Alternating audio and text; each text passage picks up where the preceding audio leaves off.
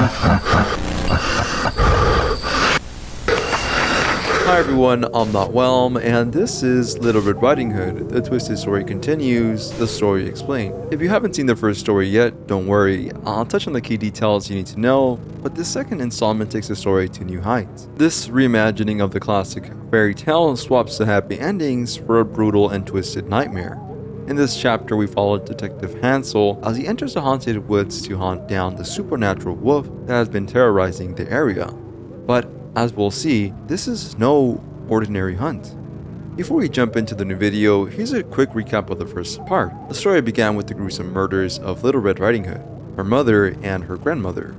The big bad wolf is no ordinary predator.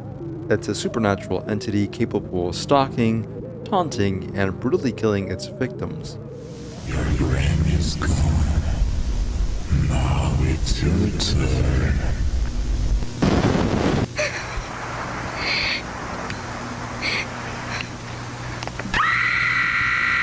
The wolf doesn't just kill, it seems to capture the souls of its prey, fueling its terrifying abilities.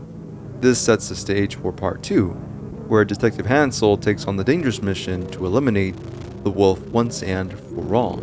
Hansel is confident in his ability to end the wolf's reign of terror. Armed with an AK-47, he ventures into the haunted woods, where the wolf has already claimed numerous victims, including humans and animals. Early on, Hansel discovers the corpse of an animal, gruesomely killed, but what's shocking is that it begins to speak. He's not just a wolf, you need to kill him, he has our souls. Save me, please. The corpse pleads with Hansel to kill the wolf, revealing that it holds the souls of its victims.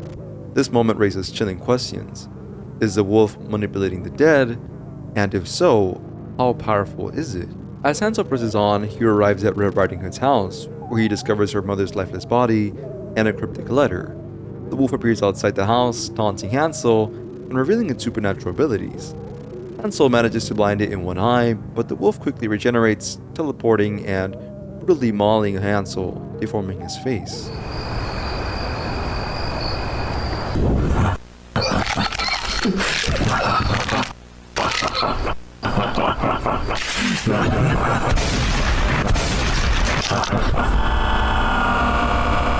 Bullets don't work, Hansel. It's too late to save them. Barely escaping with his life, Hansel seeks refuge at the grandmother's house, only to discover the mangled corpses of Little Red and her grandmother. The wolf emerges again, using the grandmother's body as a prop to taunt Hansel further, cementing its sadistic nature. This leads to the story's cinematic and haunting finale. The grandmother's house becomes Hansel's final stand. After barricading the door, Hansel can hear the wolf's loud, menacing bangs on the outside.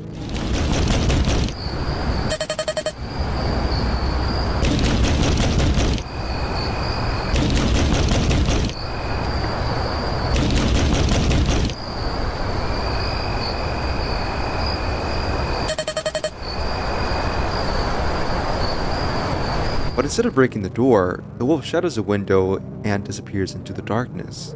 Hansel finds the gruesome deformed corpses of Little Red and her grandmother, only to have the wolf creep out from behind the grandmother's body. It's holding her lifeless form like a puppet, taunting Hansel that his fate is sealed. You have nowhere to escape. Your fate is sealed. You will end up like them. Before twisting Hansel's face into a horrifying shape, mirroring its other victims. The wolf's supernatural abilities are fully realized here. It seems to feed on despair, fear, and toying with Hansel before delivering the final blow.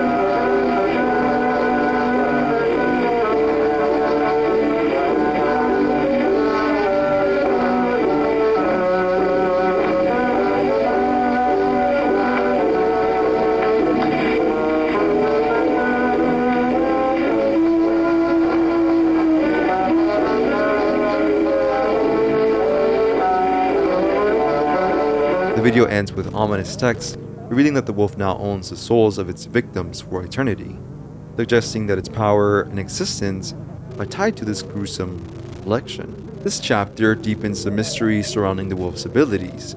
The wolf can teleport, manipulate the dead, and withstand injuries, suggesting that it's fueled by something beyond the physical world. The wolf doesn't eat its prey, but instead seems to harvest their souls, potentially to sustain its powers. Hansel's growing paranoia and hallucinations raise the question: is the wolf breaking him mentally, or is there more to the forest than we understand? What's fascinating is that the wolf doesn't just kill, it plays with its prey, making them question reality before delivering the final blow. This psychological torment adds another layer to the horror. When we compare this chapter to the first video, a few patterns emerge. The wolf's interest in psychological games was hinted at in part 1, but fully explored here. Its supernatural nature is now undeniable, and its connection to the souls of the victims becomes more apparent. Could the wolf's powers have a deeper origin? Is it tied to the forest itself?